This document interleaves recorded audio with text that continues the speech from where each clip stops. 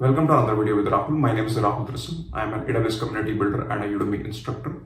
There's been a lot of buzz around generative AI, and AWS recently launched a new service called as AWS CodeWhisperer, which is a generative AI coding tool which can generate anything from few lines of code to entire blocks of code based on the text prompt and contextual situation of the code.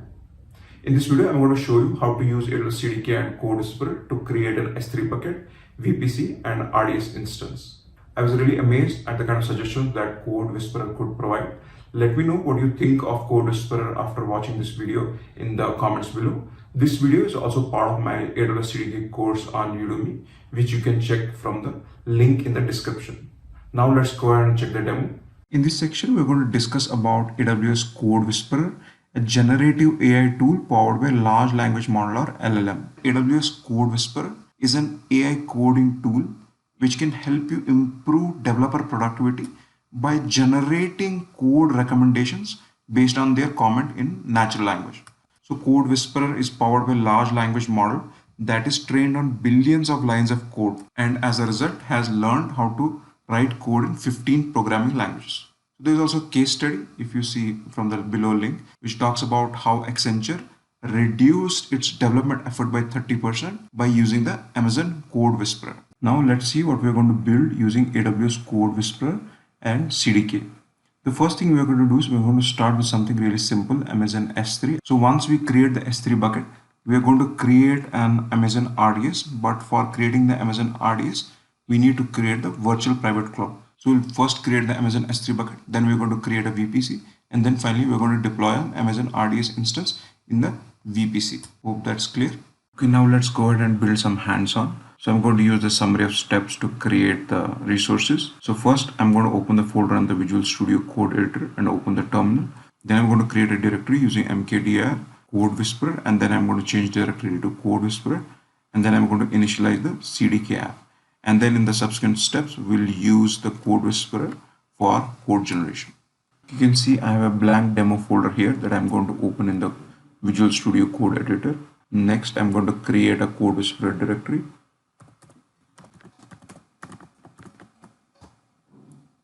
Let me go clear, and let's say change directory to CodeWhisperer. Okay, now let me initialize the CDK app. So let me go clear. Okay, now let me initialize the app. So I'll say CDK init app -- language TypeScript. I'm going to just pause the video till this is complete. Okay, it's all done. Now let me do a clear.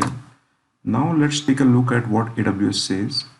So you need to keep in mind these 4 different commands. The first one is tab. I'm using a Windows machine. When the CodeWhisperer provides you some suggestions, you have the option to either reject it or accept it. If you want to accept the code suggestion, then you have to click on the tab button on your keyboard. If you want to reject it, then you can hit escape or continue typing. Now it will provide you various suggestions. So you may want to include one or check what is the next one or go back to the previous one. Then you can use the left or right arrow on your keyboard. And then finally, sometimes it might not provide you suggestions. And if you want it to provide suggestions, then on the Windows, you have to press Alt C, and the Mac Option C. Okay, now let's see this in action. Now let me just open the lib folder. Okay, so it already has some boilerplate code. I'm going to remove that boilerplate code, and I'll just remove it from here as well. Okay, so the first thing we're going to do is we're going to provide it some comments so it gets a context on what we're trying to build.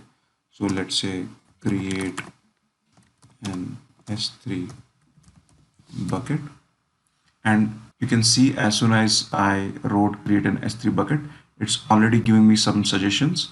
So it's saying bucket is equal to new CDK AWS S3.bucket.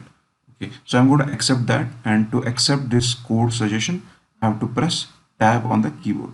So I press the tab, and you can see this code has been added. Now I have to import the S3 construct before I can continue. So let me just go there and say import, and you can see as soon as I pressed the spacebar, it gave me a code suggestion. which is saying import AWS S3 as S3. And we can do that, but let's try something different. So I'll say star, and okay, now let's continue to type and see what more suggestions it gives. So I will say import star as S3, and now you can see it's giving me the current suggestion to import the AWS S3 construct. So I'll press the tab button on the keyboard to accept this suggestion. Okay, now let's go ahead on the documentation and see what are the other attributes that we can add for an S3 bucket. So I'll type AWS CDK S3 bucket, and let me just go to the documentation. You can see all these attributes are possible. Maybe we can add bucket name. So let me just go back and say bucket name. And once I press on bucket name, let's see if it provides some suggestions. And you can see it's giving me the name of the bucket as CodeWhisperer bucket, and it's taken that contextual knowledge. So I'll press tab and accept this. Now let's see what other options we have. So I'll press enter. And now you can see automatically it has given me some more suggestions on removal policy, because that's the most common when you do a CDK destroy. By default, it does not destroy the S3 bucket. So I'm going to accept that. And let's see what else is there. And it's saying auto delete objects true, because if there is an S3 bucket and you try and destroy it, but if it has objects, then it's not going to delete unless you have this auto delete objects as true. Okay, I'm going to accept this as well. You can see the CodeWhisperer is providing me a lot of suggestions which are quite valuable, and I don't have to go to the documentation and make the changes. So now let's go ahead and deploy and see if it works. Okay, I think we need to add one more bracket here from the syntax perspective. Let me see if I press Alt C and if CodeWhisperer is going to provide any suggestions. So I'll say Alt C on the keyboard. Okay, I think it's not providing me any suggestions. Let me add a bracket here, and I think everything looks good. So let me run a CDK deploy.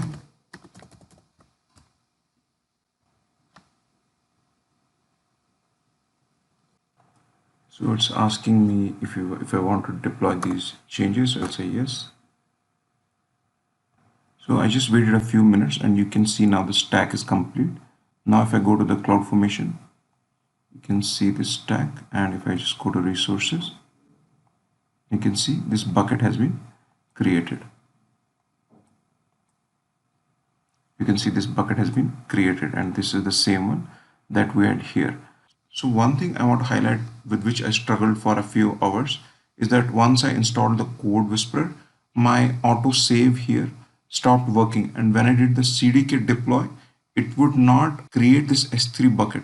So make sure once you make the changes, you do a save here and then do the CDK deploy. Otherwise, it's not going to work. Okay, now let's go ahead and create an RDS instance. But for that, we first need to create a virtual private cloud or VPC. Now let me just add the details here. So I'll say create a VPC. And now let's see what code suggestion it provides. So it's giving me the VPC is new CDK AWS EC2.VPC. So we know that for creating the VPC, we need to import EC2 module. So this seems correct. So now let me just click on the tab key to accept this suggestion. Now I also need to import the EC2 module. So let me do that. So let me say import, and you can see it's giving me that suggestion, import star as EC2 from AWS CDK lib. So that's pretty cool. Let me just accept that using the tab key. So if I go to documentation, you can see the same. Let me just do a quick search, AWS CDK VPC. So you can see here in the documentation, we have to import the VPC construct. And for that, we need AWS EC2. And that's a suggestion that CodeWhisperer provided me to import the EC2 construct. Okay, now let's go ahead here, and it had already provided me this suggestion to create a variable VPC. Now let's add some properties to this. So the first suggestion it's providing me is use the NAT gateway 0, which is good. I don't want to incur any cost, so I'll accept that using the tab button from the keyboard. Now let's look at the next suggestion. So it's saying max AZ, 2 AZs. Say if I want to change that, I just press the right arrow button on my keyboard and it will make some changes, or it will give me different suggestions. I'll just ignore this subnet configuration and press on escape. Let me just try some other things. We could look at some other attributes. Say you can see here we have the VPC name. Maybe try an VPC name, and let's see. So I'll say VPC name, and then it's going to give me some suggestions. So it's saying I can use CodeWhisperer -VPC. So I'm going to accept that using the tab button again from my keyboard. So now let's look at next suggestion. So it's saying CIDR block as /16. So maybe I'll press the right arrow button on my keyboard and see if there are any other suggestions. Okay, so it's not giving me any other suggestions, so I'll just accept that. And maybe the last one will take a look. It's saying subnet configuration. I will just ignore that. Press the escape button on my keyboard. Now say I need different suggestion, but it's not providing me right now. So I will press Alt C on the Windows. And you can see again it's giving me subnet configuration, and I'll just press escape.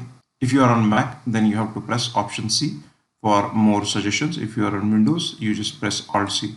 And as I said, keyboard shortcut, if you want to accept the suggestion, you have to press Tab, navigate between the suggestions, left and right arrow. And if you want to just ignore, then you press Escape. So this looks pretty good. Now let me just close the brackets, and then we should be good.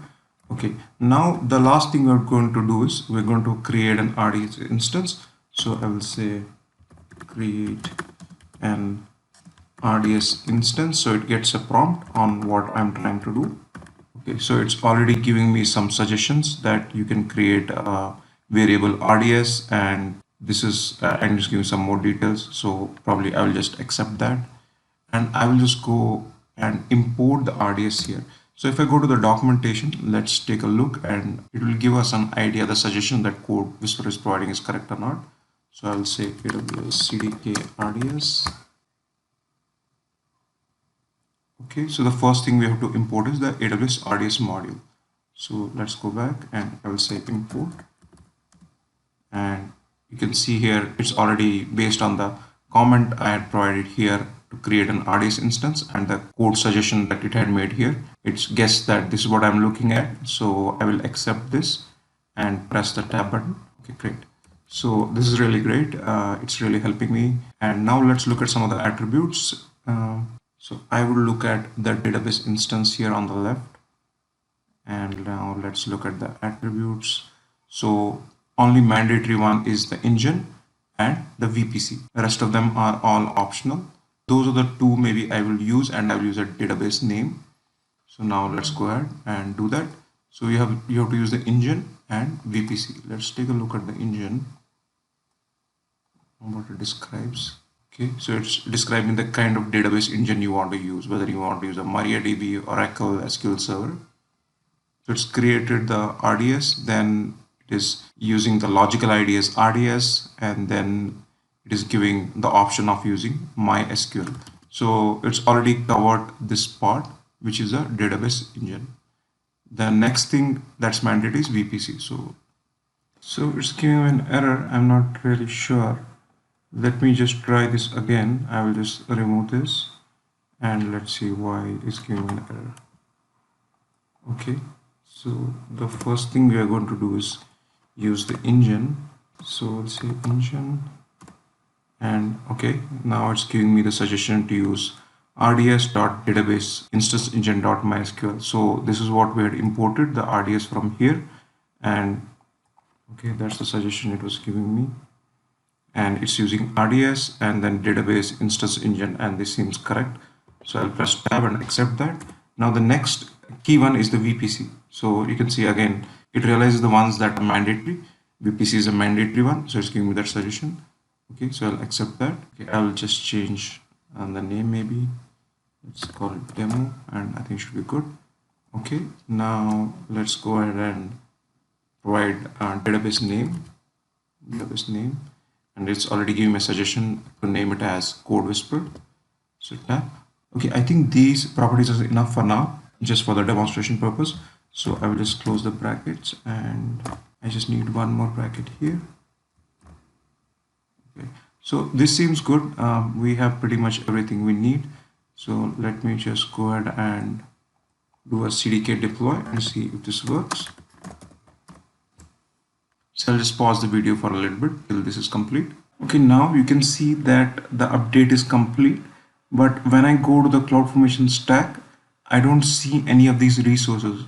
And I deliberately did this because I wanted to show you, because I spent a lot of time in trying to figure out what's the reason. And the reason is that it's not saving automatically after I install the CodeWhisperer. I don't know if it's just with me or it's an issue in general. So if I now just do a save here and now do a CDK deploy, it's going to work. So I'll just pause the video for a little bit. Okay, I think it's giving me an error, and the error you can see here, it's saying that AWS CDK VPC CIDR is depreciated. And that's true. If you go to the documentation, it will show that this attribute, the CIDR one, is depreciated and we should not use it. But the thing is that it actually prompted me.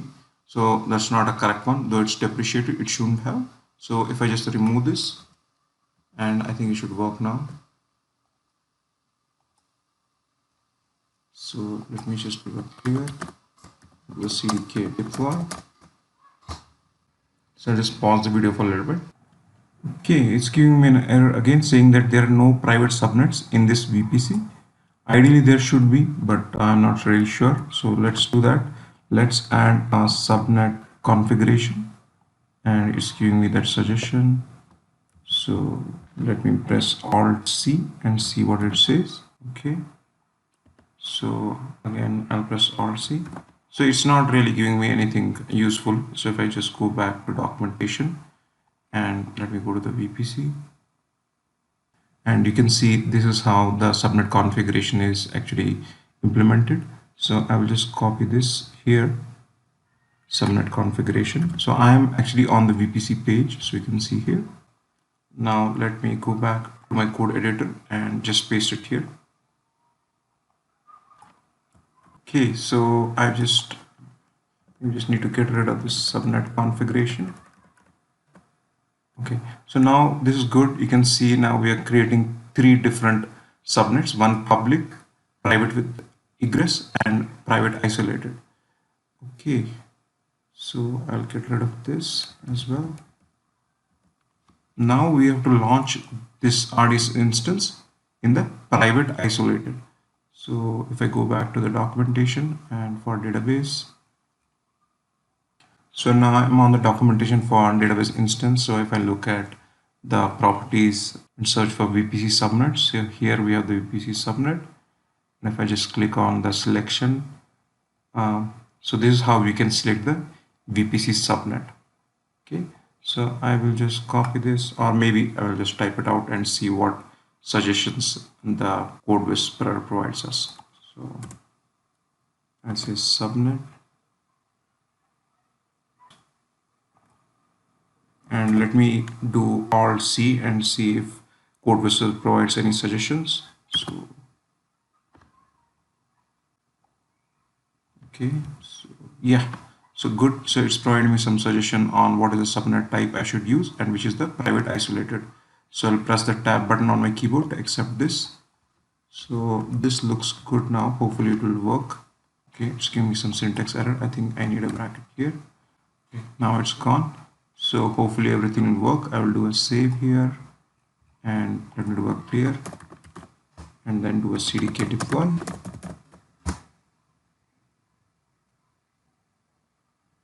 So I'll just pause the video for a little bit till this stack creation is complete. So it's asking me there are going to be some security changes, so I'll say yes.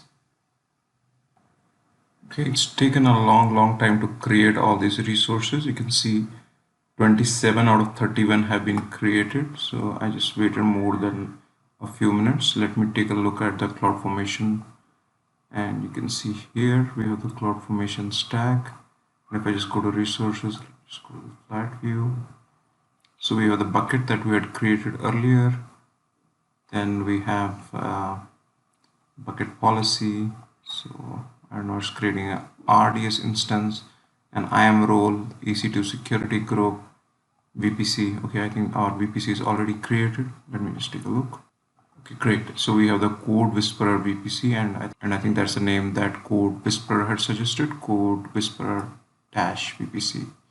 Okay, so this is good. Then let me take a look at the RDS instance that's been. So I think RDS instance is still being created. You can see create in progress. If I just go here. So you can see the CodeWhisperer stack RDS has been created and it's available now. Size MB5 large, and it's a engine MySQL. I think that's what we had provided. Okay, finally after 540 seconds, I think it's completed.